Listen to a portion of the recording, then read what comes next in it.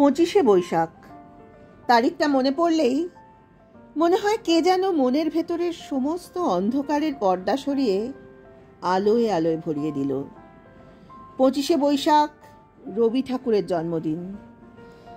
দুর্গা পুজো, কালী পুজো, সরস্বতী পুজোর চেয়ে রবি পুজোর আড়ম্বর কোনোদিন কম ছিল না বাঙালির জীবনে।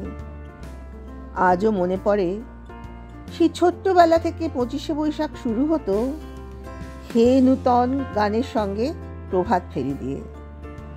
তারপর দূরদর্শনে ভাগাভাগি করে কখনো রবীন্দ্র সদন, কখনো জোড়াসাঁকো। এরপর বেলা গড়াতেই শুরু হয়ে যেত ঘরে ঘরে সাজগোজ। পাড়ায় পাড়ায়, প্যান্ডেলে প্যান্ডেলে শোনা যেত hello hello mike testing, hello.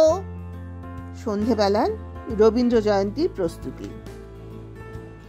কিছু বছর পর আমাদের বাস স্ট্যান্ডে লাগোয়া বড় মাঠে শুরু হলো রবীন্দ্র জয়ন্তীর আয়োজন।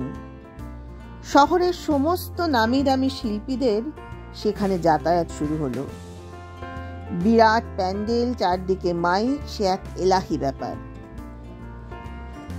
তারপর কেটে গেছে অনেকগুলো বছর। বদলেছে দিন, বদলেছে মানুষের দৃষ্টিকোণ। আজকাল আর ওই ন্যাকা ন্যাকা রবীন্দ্রসঙ্গীত অনেকেরই পছন্দ হয় না।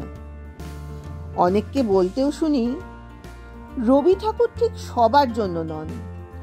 যাদের হাতে আছে অখণ্ড অবসর, যারা সারাদিন ওই চাঁদ, ফুল আর পাখি নিয়েই চর্চা করেন, ওসব রবীন্দ্র জয়ন্তী তাদের জন্যই থাক। কঠোর কেজো লোকেরা এসবের চেয়ে থাকুক শতেক যোজন দূরে। আমি সব শুনেছি মুখ বন্ধ করে, শুধু মনের মধ্যে কতগুলো প্রশ্ন জেগেছে। আচ্ছা বলুন তো, যে লোকগুলো 25শে বৈশাখ রবীন্দ্র জয়ন্তী উপলক্ষে পাড়ায় পাড়ায় বাঁশ দিয়ে প্যান্ডেল বাঁধে, কাপড় দিয়ে সাজায়, হ্যালো হ্যালো বলে মাইক টেস্টিং করে, এই যে দিন আনা দিন খাওয়া মানুষগুলোর অন্তত একটা দিনের রুজি বাঁধা থাকে রবীন্দ্র জয়ন্তী উপলক্ষে, রবি ঠাকুর কি সত্যিই তাদের কেউ নন? আর যে শীর্ণকায় লোকটা সেই ঝাড়খণ্ড থেকে কলকাতায় এসেছে জীবিকার সন্ধানে, এখানে রিক্সা চালিয়ে দিন গুজরান করে, সেই লোকটাও 25শে বৈশাখ প্যান্ডেলে সওয়ারি নিয়ে যায়। বাকি দিনগুলো যার টেনে টুনে 100 টাকা রোজগার, 25শে বৈশাখ তার 200। সেই লোকটা তো জানেও না রবি ঠাকুরকে। সে তো এটাও জানে না নোবেল প্রাইজটা আসলে খায় না মাথায় দেয়। কিন্তু তবুও এই মানুষটার জীবনে কি সত্যিই রবি ঠাকুরের কোনো ভূমিকা নেই? আমি বলি আছে। আমি বলি রবি ঠাকুর সর্বত্রগামী।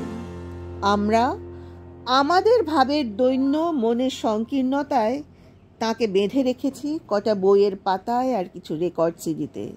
কিন্তু আসলে তিনি এসবের চেয়ে অনেক অনেক বড়।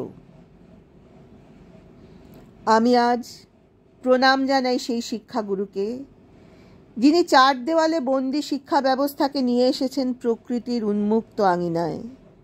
সেই অন্নদাতাকে, যিনি কত বছর ধরে কত না মানুষের অন্ন জুগিয়েছেন, কত শিক্ষাবিদ, শিল্পী, যন্ত্রশিল্পী, প্রকাশক, রেকর্ড কোম্পানির কর্মী, তাছাড়া আরও অনেক মানুষ যারা তার নাম জানে না, তার লেখা একটা পাতাও যারা কোনো দিনও পড়বে না। আমি প্রণাম জানাই সেই স্রষ্টাকে, যার সৃষ্টি সারা বিশ্বের দরবারে আমাদের ভারতবর্ষের মাথাটা অনেকখানি উঁচু করেছে।